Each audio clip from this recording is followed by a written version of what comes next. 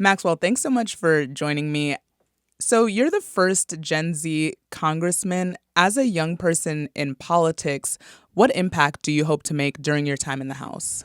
Yeah, well, I appreciate you having me on. There's a lot of different things we want to do. Uh, I think about it in two different ways. One, the work we do up there, and the work that we do here in power building, right? So the three issues that we're focusing on in the immediate: affordable housing, gun violence. As you probably know, I'm a survivor. Gun violence is very personal to me. That's the reason I got involved in this work in the first place. And then arts and culture, which is central to number one, Central Florida's economy, but also just the culture of Central Florida and Orlando. And I'm a musician myself. My father's a full time musician. And I actually think in a divided Congress like we have now, we can actually work in a bipartisan way to champion independent artists, to champion arts equity. And then the work here is just as important, I believe, to the work I do in DC. Obviously, community building, year round organizing, which we're going to do. My campaign's going to be running year round.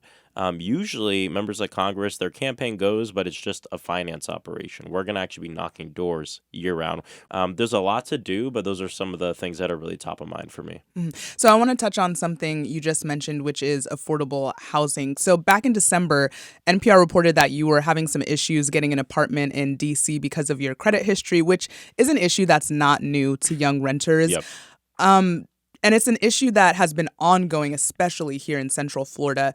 Do you plan on introducing any legislation this year to help with the housing issue? Yes, 100%. We're going to introduce probably multiple pieces of legislation, co-sponsor legislation as well, and also work with HUD and the administration to bring back resources to make sure that we can actually build increase a huge problem we have here in Central Florida is an inventory problem, but it's affordable inventory.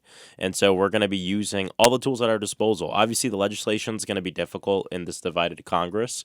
In terms of bold transformational legislation, we're probably not going to see any of that come out of the House of Representatives for the next 2 years. However, there are still levers that we can pull to get the change that we need. Obviously, there'll be incremental bills I think we can get through that are going to be helpful, but we can work with the administration and HUD to bring back resources, and that's really where we're going to put a lot of our energy.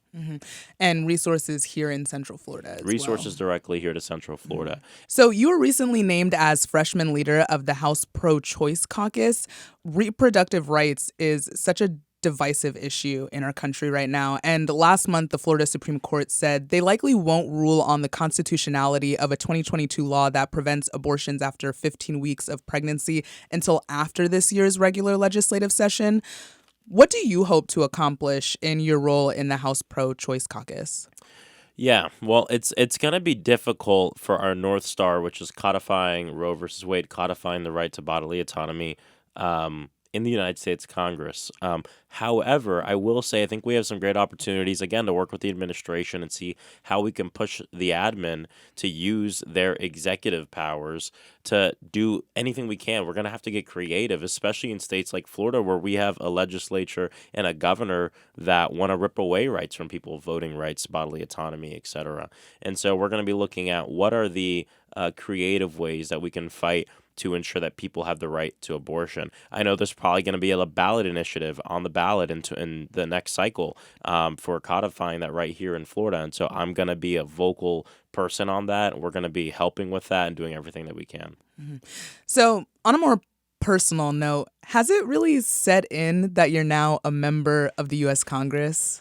Yeah, I think it has. I mean, it settles in a little bit more every day. There's some meeting I do or some interview I do that, at the end of it, I just take it all in. But it has been settling in. It's also been, I've been sick twice in the past month from all the travel and being around a lot of people. So my body's also getting used to like the new physical strains. I actually was walking into my office a few days ago, and a much, much older member came up to me and said, "I know you've been sick twice already. You need to start working out." And I was like, "How do you know I don't work out?" And he just looked at me and walked away. So, maybe I need to start working out now. But yeah. Maybe just stay hydrated, Yeah. gotta stay hydrated. So you kind of alluded to this earlier about music. We've heard about how the murder of George Floyd impacted you, but what else has helped shape your stances on life and the way you plan to legislate? Well, definitely music. I mean, like I said, my father's a full-time musician. I grew up listening to music. My dad would go over to my biological mother's house, and put like headphones on her stomach and have me listen to music. That's how he is. And so when he gave me a drum set in second grade, it changed my life forever. But I actually remember the moment when I first cried to music. I think it was like 10 or 11 years old. It's a song called The Swan, which is performed on the cello. And I was watching an HBO special of young people in music, and I started crying. And I remember my dad validating that vulnerability. And fast forward, now some of the things I'm most proud of is my vulnerability as a member of Congress, and that housing story is a story that comes directly from that. So just shows how sometimes lessons when you're a kid really help influence the way you look at the world and the way the world looks at you once you grow up. Maxwell, thanks so much for joining me today. Before we go, is there anything else you'd like to add about, your hopes, plans, goals moving forward as this young Gen Z congressman? Yeah, I would encourage people listening to really keep faith in this time. It's really difficult in our state, especially when we have a governor who's abusing his powers, using it to target a venue right here in Central Florida, Plaza Live, and trying to revoke their liquor license because they had a drag show in December.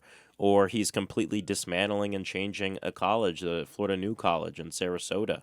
It seems like every week there's a new dangerous abuse of power that our governor is engaging in, and it's really unfortunate, and it's honestly a tragedy. And there's a lot of work we have to do in this state, but we can't give up. This is our home. This is where we live, and we're not going to leave. We're going to fight. And I'm here to fight alongside everybody.